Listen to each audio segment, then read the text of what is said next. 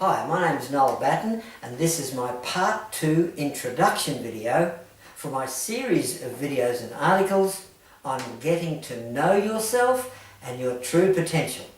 This part 2 introduction video covers one of my favourite subjects, and that is the natural assessment of the human body and how the combination of stress and bad postural and dietary habits lead to neck problems that create fatigue, sleeplessness, dizziness, swollen ankles and headaches and many other autoimmune symptoms. Now I realise that sounds strange, but that's exactly how it happens.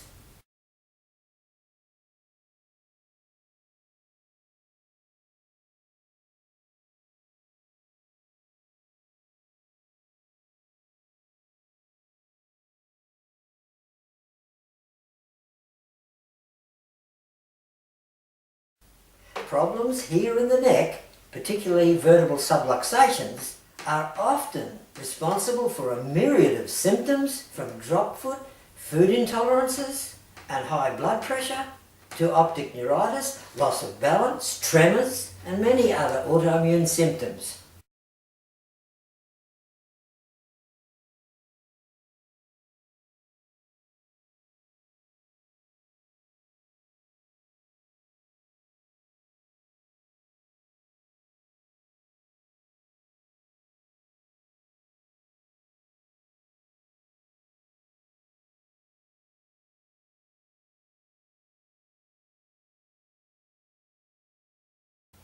Let me show you some proof of how arm tremors in an MS patient I treated stopped when I used my thumb to press his C1 and his C3 vertebra back into their correctly aligned positions, and how the tremors came back when I took my thumb away and the vertebra came back to their out of alignment position.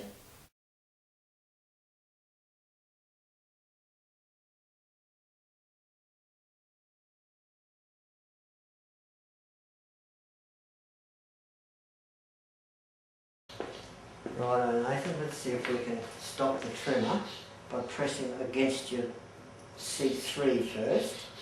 That's your C3 vertebra. So your head shaking has slowed down, hasn't it? Yeah. Your arms too. Yeah, well, definitely the left arm stopped. Right, so now let's press on the C1. Well, that has more of an effect, doesn't it? Oh. Yeah. That hurts though, doesn't it? Yeah. Yeah.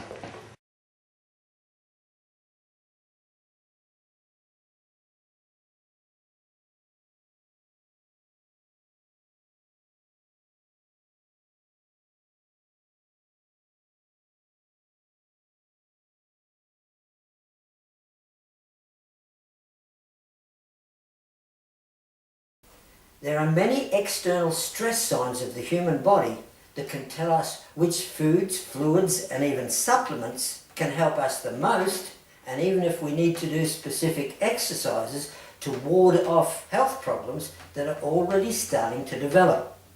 Stress signs like little white pin dots on the tongue indicate that you didn't sleep deep enough last night to store sufficient glycogen in your muscles and liver to get you through a demanding day's work. So whenever you see these little pin dots in the mornings, it can help you to take some liver supplements, coenzyme Q10 or glucose powder in the early afternoon to keep you going.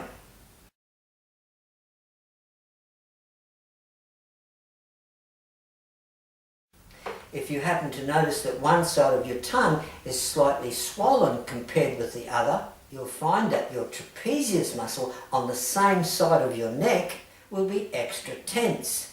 More than likely, this will also mean that you have a vertebral subluxation in your cervical spine and would benefit greatly from a good neck massage followed by a chiropractic adjustment.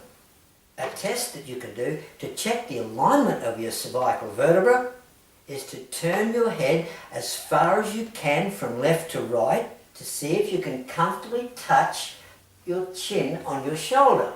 If your chin doesn't turn as far to one side as the other, or if one turn either way causes a soreness or a twinge, you will definitely have a vertebral misalignment that needs to be adjusted. When you do this test, please keep in mind every single patient I've treated who's been diagnosed with Parkinson's disease, MS, MSA, sarcoidosis, emphysema and irritable bowel syndrome, I have found to have more than one misalignment or spinal abnormality right there in their neck causing their symptoms.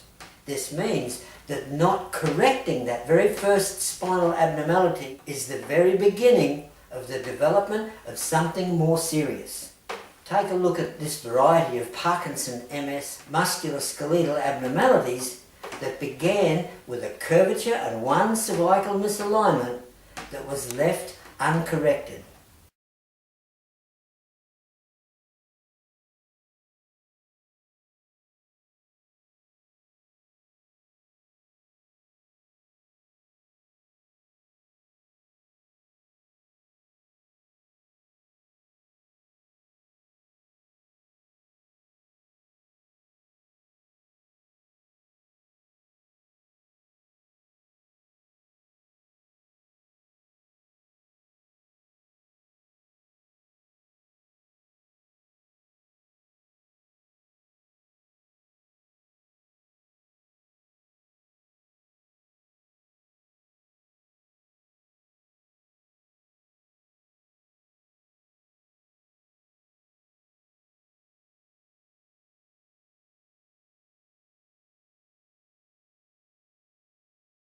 This next video clip I wish to show you is quite amazing in that it proves beyond any doubt that an inversion bench can be quite helpful for assisting the body's innate healing ability, particularly in taking pressure off nerves that affect heart rate and oxygen saturation reserves in the body. This video clip is of MS patient Jagita, whose resting pulse was 90 beats per minute, which is really high in light of the fact that a normal resting heart rate of a healthy person is down around 70 beats per minute. And Jagita's oxygen saturation reserve was very low at a reading of 95. Patients in hospital whose oxygen saturation reserve drops below 97 are usually put on oxygen, as research has shown that the immune system will only work at its best and muscles will only relax properly if our oxygen reserve reading is 97 or above. The proof that this video clip offers is that when I tip Jagita upside down on the inversion bench, which separates all the vertebrae down her spine and reduces her C1, C2 backwards kink, which in turn takes pressure off the nerves that operate her heart rate and oxygen reserve rate, her heart rate dropped down from 90 to 75, a whopping 15-point reduction and a return to normal. And her oxygen reserve reading came up from 95 to 98, which is actually 1 point above normal. Take a look at this incredibly revealing video of part of my treatment on MS patient Jagita. So we've got oxygen saturation of 95 and a heart rate of 90. So now what I want you to do is put your, very slowly bring both arms up to your chest so you go upside down. Now put your hands above your head. There you go. So heart rate's 74. That's because your heart rate being up around 90 something is because you've got a misaligned C1 pushing on nerves that's affecting your heart. See? So now the oxygen is now 97. So that's also improved because being upside down takes pressure off the nerves that your misaligned C1 are aggravated. That's a little nice little experiment, isn't it? Yeah. Oh, yeah. Yeah. So you're 98 on your oxygen now. So what we'll do is we'll go back up the other way, put your arms slowly down to your waist, so you turn up the other way and see what happens to the heart rate and oxygen then. Now put your hands right down to your waist, down to your hips, right down as far as you can. And the oxygen's going down. Yeah. and your Oxygen is now 94. 94, and your heart rate is going up. Yeah. 81, 82, 83, 84, 85, 86, 87, 88, Wow. 90.